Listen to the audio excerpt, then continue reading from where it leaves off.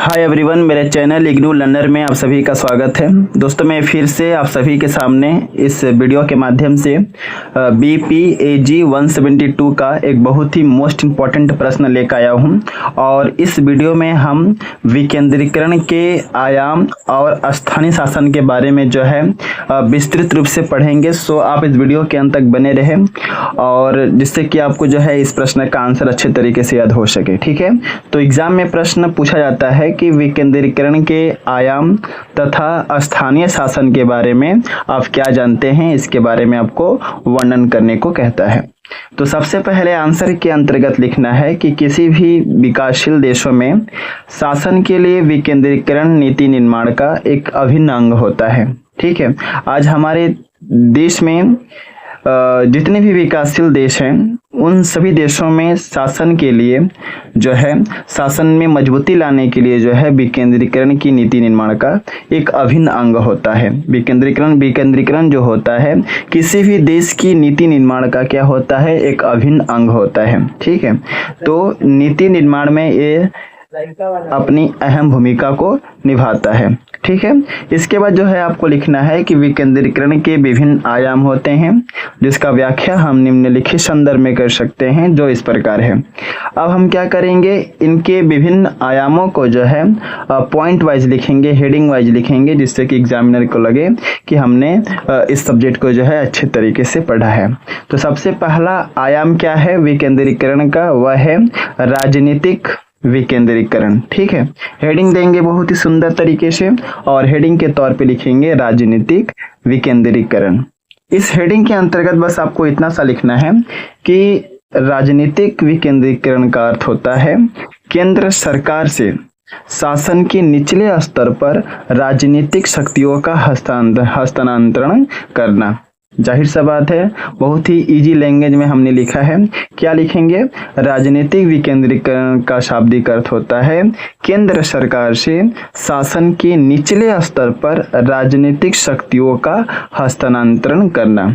दूसरे शब्दों में हम कह सकते हैं कि जो अधिकार और कार्य उच्च स्तर के राजनीतिक अंगों के पास होते हैं, उनका हस्तांतरण निचले स्तर की राजनीतिक अंगों को किया जाता है। ठीक है, जो लोकतांत्रिक रूप से चुनकर आए होते हैं।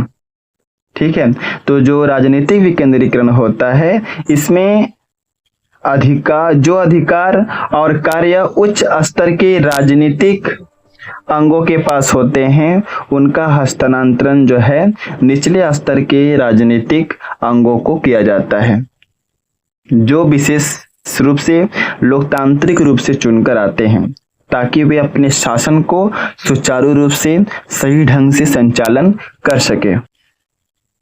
अगला हेडिंग देंगे और हेडिंग के तौर पे लिखेंगे हम प्रशासनिक विकेंद्रीकरण। ठीक है, तो इस हेडिंग के अंतर्गत आप क्या लिखेंगे, इस हेडिंग के अंतर्गत बस आपको इतना सा लिखना है कि जो प्रशासनिक विकेंद्रीकरण जो होता है, विकेंद्रीकरण का दूसरा आयाम होता है। प्रशासनिक विकेंद्रीकरण के अंतर्गत विभिन्न प्रकार के अधिकार, विभिन्न प्रकार के साधन और विभिन्न प्रकार के दायित्व को प्रशासन के निचले स्तर को स्थानांतरित किया जाता है। प्रशासनिक विकेंद्रीकरण का मुख्य उद्देश्य होता है जनता को स्थानीय शासन से बेहतर सेवाएं उपलब्ध कराना। ठीक है, तो प्रशासनिक विकेंद्रीकरण का मुख्य उद्देश्य क्या होता है कि जनता को स्थानीय शासन से बेहतर सेवाएं उपलब्ध कराना। प्रशासनिक विकेंद्रीकरण से स्थानीय शासन में नीचे से ऊपर शासन प्रभावित होता है, जो काफी अधिक संवेदनशील होता है। ठीक है, तो यह रहा विकेंद्रीकरण का दूसरा आयाम, प्रशासनिक विकेंद्रीकरण। ठीक है, और आप कहेंगे कि सर आपका जो आंसर होता है काफ़ी छोटा होता है, तो देखिए यहाँ पर अगर मैं काफ़ी लंबा चौड़ा करके लिखूं तो आपको समझने में भी दिक्कत होगा और अच्छे तरीके से समझ नहीं पाएंगे। इसलिए मैं सोचता हूँ कि जितना इजी हो सके इजी लैंग्वेज में मैं आपको यहाँ पे लिख के बता दूँ। ठीक है, अगला हेडिंग देंगे और हेडिंग के तौर पे लिखेंगे हम कार्यात्मक विकेंद्रीकरण। इस हेडिंग के अंतर्गत आपको लिखना है कि कार्यात्मक विकेंद्रीकरण का विशिष्ट अर्थ यह होता है कि विशिष्ट कार्यों को स्थानीय स्तर पर हस्तांतरित कर देना, जिससे कि स्थानीय स्तर के लोग अपने दायित्व का पालन अधिक कुशलता पूर्वक कर सके। ठीक है, तो कार्यात्मक विकेंद्रीकरण का विशिष्ट अर्थ क्या होता है कि विशिष्ट कार्यों को स्थानीय स्तर पर हमें क्या करना है, हस्तांतरित करना है, यानी कि ट्रांसफर कर देना है, जिससे कि स्थानीय स्तर के जो लोग हैं अपने दायित्व का पालन अच्छे तरीके से और कुशलता पूर्वक कर सके।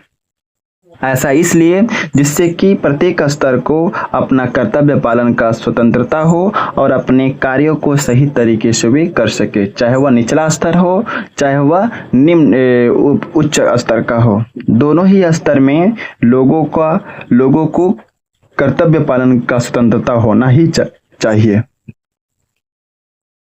अगला हेडिंग है वह है वित्तीय विकेंद्रीकरण। ठीक है, तो इस हेडिंग के अंतर्गत आप क्या लिखेंगे, इस हेडिंग के अंतर्गत आपको लिखना है कि वित्तीय विकेंद्रीकरण का अर्थ होता है स्थानीय शासन को कोष और व्यय अधिकार देना। कोष मतलब क्या होता है, फंड, और व्यय मतलब क्या होता है, एक्सपेंडिचर।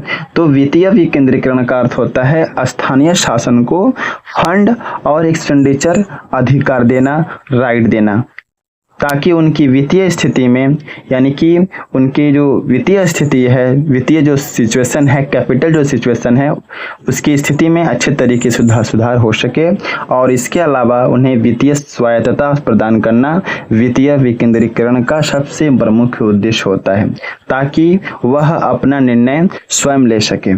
ठीक है, तो वित्तीय विकेंद्रीकरण क्या होता है, वित्तीय विकेंद्रीकरण में स्थानीय शासन को कोष और व्यय का अधिकार दिया जाता है, जिससे कि वे अपने शासन को सही तरीके से चला सके और किसी भी प्रकार का प्रशासन से संबंधित जो निर्णय हैं वे स्वयं उठा सके। तो यह रहा वित्तीय विकेंद्रीकरण। ठीक है, और यहाँ पे मैं आप सभी को कहना चाहूँगा कि जितने भी स्टूडेंट जो कि पहली बार चैनल पे आए हैं, जिन्होंने अभी तक जो है टेलीग्राम चैनल से नहीं जुड़े हैं, तो सबसे पहले इस वीडियो के डिस्क्रिप्शन में जाइए, वहाँ पर टेलीग्राम चैनल का लिंक है, वहाँ पर जैसे ही आप क्लिक कीजिएगा वहाँ पर आपको जो है टेलीग्राम डायरेक्ट वहां से आप टेलीग्राम चैनल से जुड़ जाएंगे। ठीक है, और जैसे ही आप टेलीग्राम चैनल पाएंगे इसके रिगार्डिंग बहुत सारे वीडियो अपलोड किए हैं मैंने, और पीडीएफ भी वहां पे आपको मिल जाते हैं। So best of luck for all of you for your exam and thanks for watching my video. जय हिंद, वंदे मातरम। और एक रिक्वेस्ट है कि आप इस वीडियो को जितना ज़्यादा हो सके आप शेयर कीजिए। So thanks again to all of you. और यहाँ पे मैं कहना चाहूँगा कि प्रत्येक प्रश्न का आंसर जो है आप पॉइंट वाइज लिखें। अगर समझ में नहीं आया हो तो आप जो है पॉइंट को ज़रूर याद रखिए, और उसी पॉइंट के अंदर जो है आप कुछ भी थोड़ा सा उसके रिगार्डिंग बना के लिख देते हैं, तो आई थिंक आप अच्छा स्कोर अपने इस सब्जेक्ट में कर पाएंगे। ठीक है।